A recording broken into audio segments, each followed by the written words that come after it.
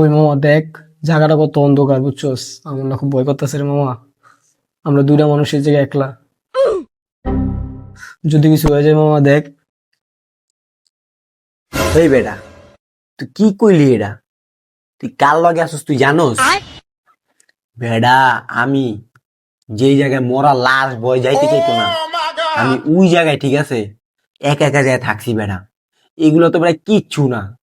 মরা লাশ গুলো এক লগে যায় ঠিক আছে, হুইয়া গল্প করছি, খাইছি দাইছি সবকিছু করছি।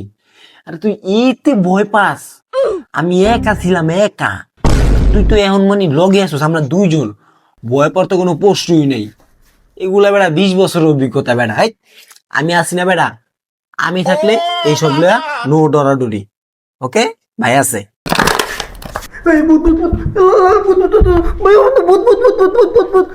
ভাই আমি ভূত না তো, আমি চোর। আমি চুরি করতে আইছি।